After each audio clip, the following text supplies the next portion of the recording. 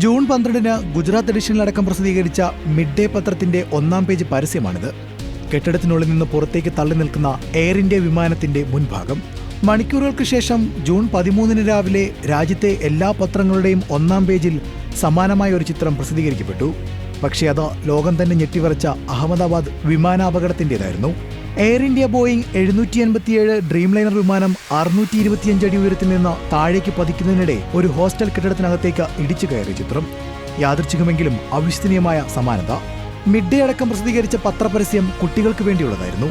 Air ഇന്ത്യയുടെ സഹകരണത്തോടെ വ്യോമമേഖലയെ സംബന്ധിച്ച വിവരങ്ങളും മറ്റും വിനോദപ്രദമായ രീതിയിൽ പഠിപ്പിക്കുന്ന പദ്ധതിയുടേതാണ് കിഡ്സാനിയ ഇന്ത്യയുടെ പരസ്യം. രാജ്യം കണ്ട ഏറ്റവും വലിയ വിമാനാപകടത്തിന്റെ ആഘാതത്തിലാണ് ഇന്ത്യ. മരണസംഖ്യയും പരിക്കേറ്റവരുടെ എണ്ണവും സ്ഥിരീകരിക്കാനാകാത്ത വിധം വലിയ ദുരന്തം. ഏതായാലും വിമാന ദുരന്തത്തോടെ കിഡ്സാനിയയുടെ പരസ്യം വ്യാപക ചർച്ചയായി. News desk, news Malayalam.